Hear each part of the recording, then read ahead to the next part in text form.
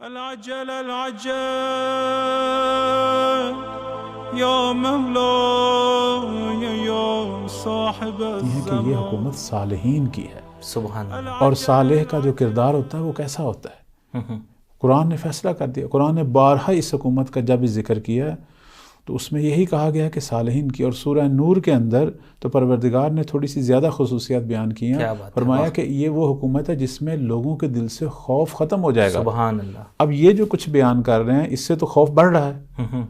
نہیں، پروردگار کہہ رہا ہے کہ اصلاً خوف ہی نہیں رہے گا. ہر قسم کا خوف جو ہے وہ امن میں اور سکون میں اور آرامش میں بدل جائے گا. مولا کی حکومت جو ہے وہ سلامتی کا پیغام ہے، امن کا پیغام ہے، صلح کا پیغام ہے، عدالت کا پیغام ہے. اور اس میں میں ایک مثال دینا چاہوں گا کہ ہم دیکھتے ہیں کہ سرکار رسالت مآب جب مکہ پہ جب وہ آئے فتح مکہ کے وقت، اب یہ وہی کافر اور مشرک تھے کہ جنہوں نے بے پناہ ظلم کیے تھے خود رسالت مآب پر، خوب ان کے باوفا انصار پر، ساتھیوں پر. سیدنا حمزہ شہید کے حوالے سے آپ دیکھیں جنگ بدر میں، جنگ احد میں، اور اس کے علاوہ جو مسلمانان مکہ تھے ان کے ساتھ کیا کچھ نہیں کیا. لیکن جب مسلمانوں کے پاس طاقت آئی، اب مسلمان اس انتظار میں تھے کہ ہم بدلہ لیں گے. لیکن رسالت مآب جب مکہ میں داخل ہوئے تو انہوں نے فرمایا کہ جو آپ کے مد مقابل اسلحہ نہیں اٹھاتا آپ کو حق نہیں ہے اسے قتل کرنے کا. اسے ہماری طرف سے امان ہے. جو اپنے گھر میں چپ کر کے بیٹھ گیا اگرچہ کافر اور مشرک ہے، اگرچہ اس نے ہمارے حق میں ظلم کیا ہوا ہے، لیکن اس کے لیے بھی امان ہے. کھل کے آپ کے ساتھ لڑنے کے لیے آئے اس سے لڑیں، لیکن آپ کو حق نہیں ہے. اگرچہ یہ کافر ہیں، اگرچہ یہ مشرک ہیں، اگرچہ انہوں نے ہمارے ساتھ بہت ظلم کیا ہے، لیکن اگر یہ لڑنا نہیں چاہتے تو آپ کو حق نہیں ہے ان سے لڑیں، ان کو ماریں.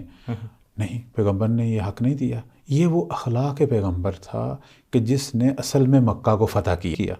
چونکہ لشکر جو ہے وہ صرف جسم کو فتح کرتا ہے، انسان کا جو اخلاق ہوتا ہے، اور بالخصوص جب میرے پاس طاقت بھی ہو انتقام لینے کی، اور اس وقت جو میرا اخلاق ہے اگر میں اسے اسلامی روش اور اسلامی اصولوں کے مطابق اور جس طرح خدا نے چاہا ہے، جس طرح ہمارے پیغمبر نے، وہ اخلاق تھا رسالت مآب کا جس نے ان کفار اور مشرکین کو فتح کیا کہ کل وہ پیغمبر کا خون بہانے کے لیے جو ہے وہ ساری کوششیں کر رہے تھے، سازشیں کر رہے تھے. آج یہ کفار اور مشرکین اتنے منقلب ہوئے کہ جہاں پیغمبر کے وضو کا پانی گر رہا ہے اب وہ اس پانی کو اٹھا کے جو ہے وہ تبرک کے طور پر لے جا رہے ہیں. جہاں پیغمبر کا پسینہ بہہ رہا ہے وہاں وہ اپنا خون بہانے کے لیے تیار. تو یہی وہ اخلاق مہدی ہے. یا مولا یا صاحب الزمان